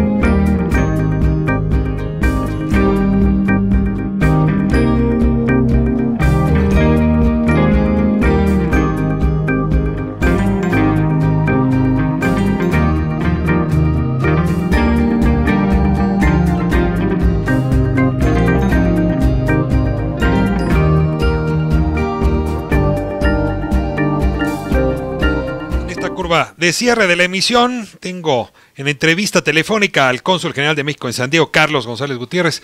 Carlos, qué gusto saludarle, ¿cómo está? Muy bien, Ricardo, a todas. Gracias por la oportunidad. Carlos, pues le estamos siguiendo de cerca el trabajo que están haciendo ustedes los consulados, justamente para proteger a los connacionales. Entiendo que hay un informe justamente que está presentando en la Secretaría de Relaciones Exteriores a propósito de la protección consular. Te pido que nos lo pongas pues en la manera más sencilla para nuestra comprensión. ¿Qué están haciendo? ¿Cómo van en la estrategia de protección?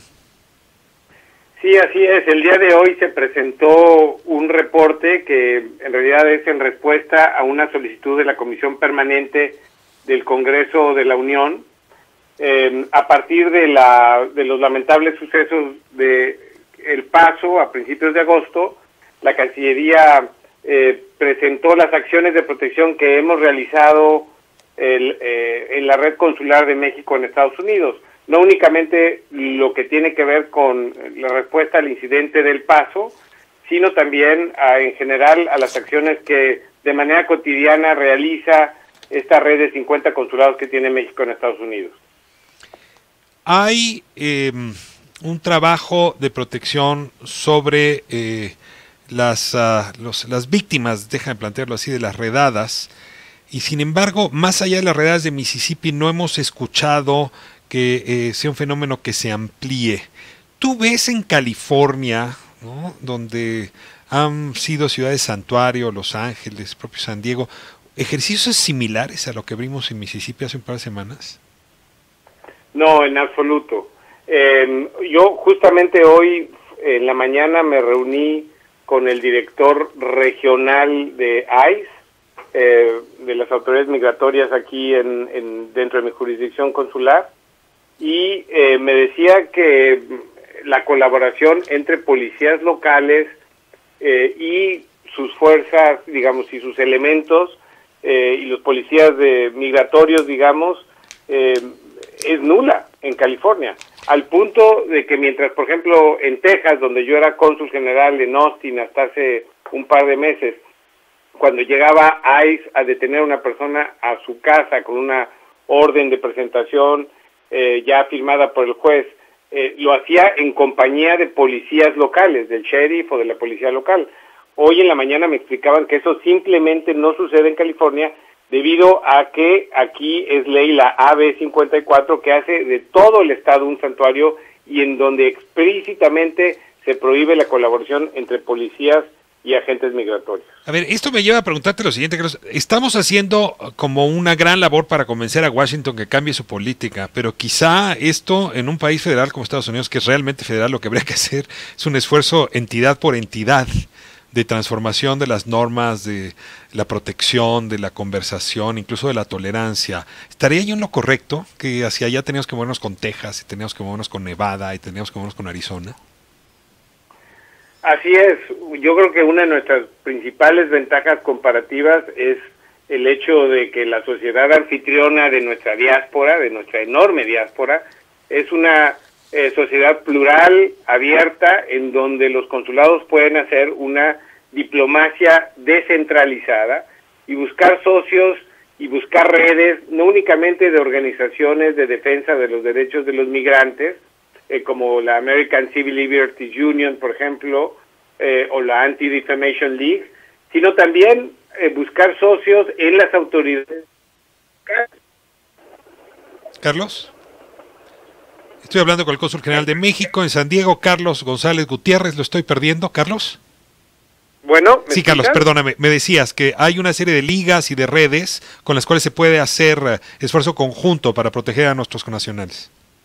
Así es, y al mismo tiempo actuar con autoridades locales que son mucho más pragmáticas que las autoridades federales, porque su preocupación principal es cómo integrar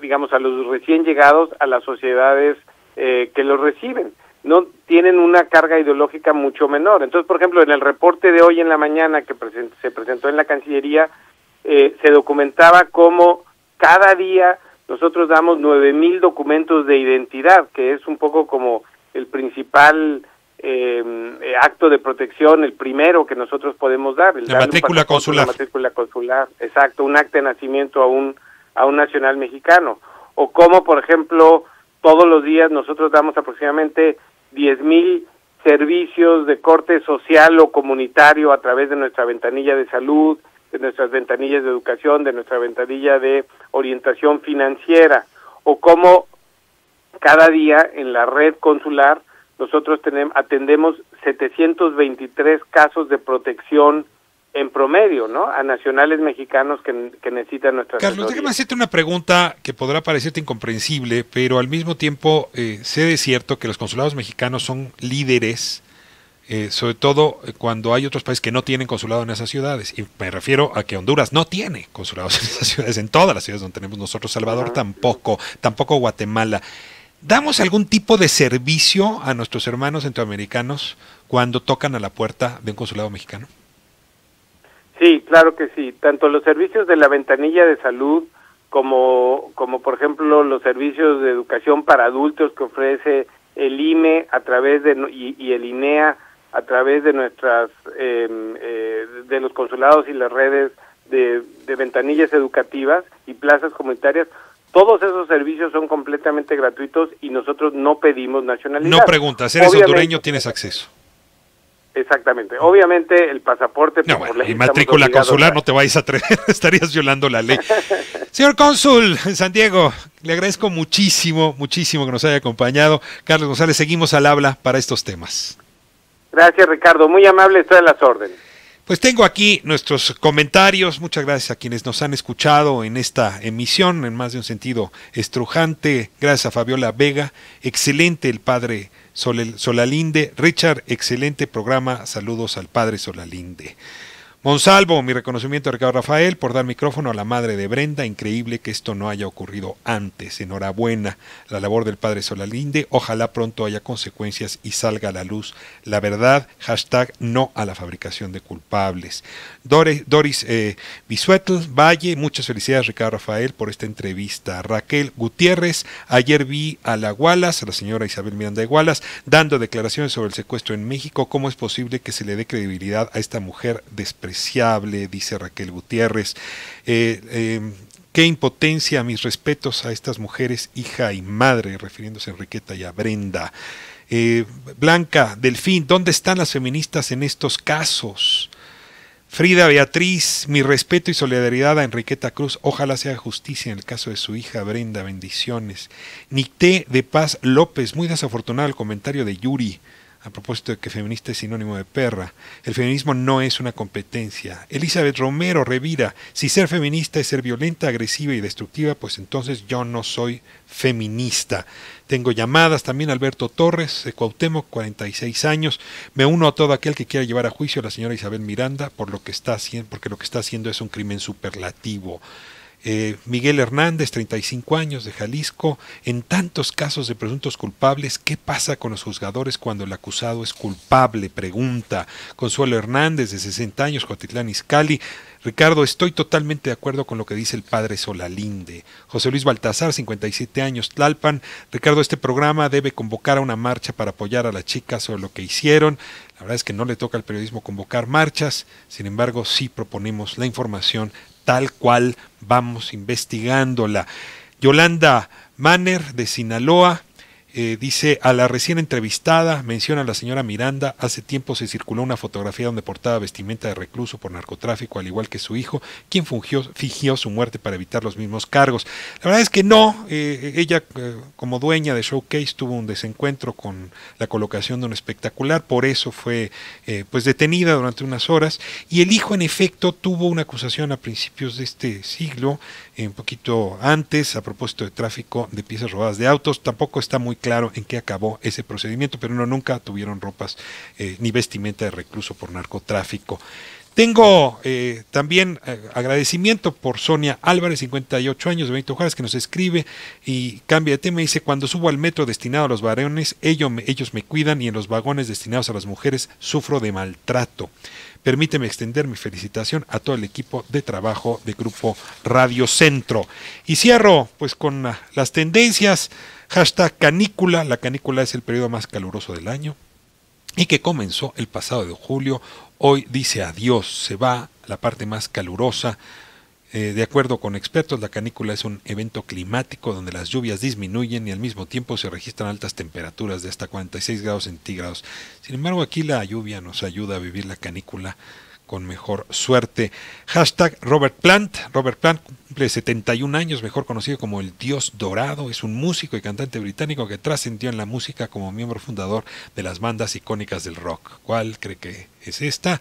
Obviamente Led Zeppelin. Hashtag Ciudad Industrial. Un incendio consume 2 importantes fábricas en el norte de la capital de Michoacán. La Secretaría de Seguridad Pública dijo que el incendio inició poco después de las 9 horas en empresas dedicadas a la fabricación de plásticos y a una aceitera. Y tenemos también hashtag Daniel Craig. El actor regresa como James Bond 007 en la próxima película, el muy esperado título de No Time to Die. Aún no cuenta con traducción oficial, pues no es tiempo para morir, supongo. Pues que ya hubo una película con ese título, ¿no? Traducción oficial a otros idiomas. Su rodaje comenzó hace meses, pero ha sufrido algunos percances. Pues estas son las tendencias. Nos vamos. Y le digo a ras de suelo, aquí quien quiera hablar, quien tenga algo que decir, quien tenga algo que defender, el micrófono está abierto. Y lo digo claramente, ya lo hice una vez, lo vuelvo a decir, aquí en Radio Centro. Isabel Miranda de Wallace, los micrófonos están abiertos por si hay algo que precisar. Hugo Alberto León Miranda, si está usted vivo, este es un espacio que le daría la bienvenida. Si está usted al pendiente de lo que sigue ocurriendo. Vale la pena seguir con esta investigación y así lo haremos desde cualquier espacio que el periodismo permita y tengo que decirlo, este espacio de Radio Centro nos lo permite por su apertura, por su dignidad y por su compromiso con la credibilidad. Nos vamos mañana 3 de la tarde. Agradezco a Guadalupe Martínez, gran productora de este programa. Ella es en realidad artífice de que esto funcione y tenga ritmo. También muchas gracias a Manuel Mendoza por sus consejos y su operación en el audio, y también a Itzel Zúñiga, a Jimena Rodríguez por la asistencia en producción. Hasta mañana.